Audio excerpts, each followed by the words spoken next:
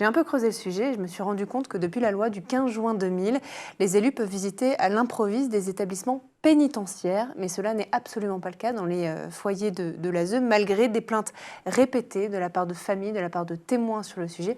Pourquoi ? Alors, si j'avais la réponse au pourquoi... Mais vous, c'est quelque chose pour lequel vous militez. Nous, dans la tribune, d'ailleurs, Oui. qu'on a rédigée, ça fait cette tribune avait aussi été appréciée parce qu'on avait proposé que des mesures extrêmement concrètes.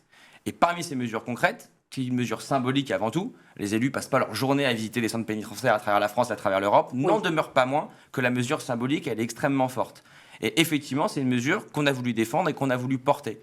Ensuite... je trouve ça parfois un peu dommage sur le sujet de l'ASE de rester que par la lorgnette du fait divers. À l'inverse, il y a une infinité de faits divers et de drames quotidiens sur le soutien à l'enfance.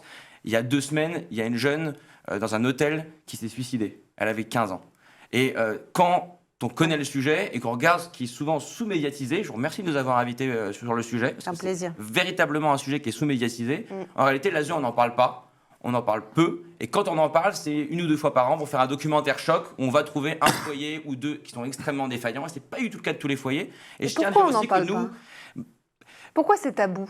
Parce qu'aujourd'hui, le système, il est dysfonctionnel à différentes échelles. On est en capacité de le reconstruire, nous on veut le reconstruire, c'est faisable, simplement c'est un chantier qui est gigantesque, que personne ne veut prendre, parce que c'est pas un chantier qui est financièrement rentable, c'est pas un chantier qui est électoraliste.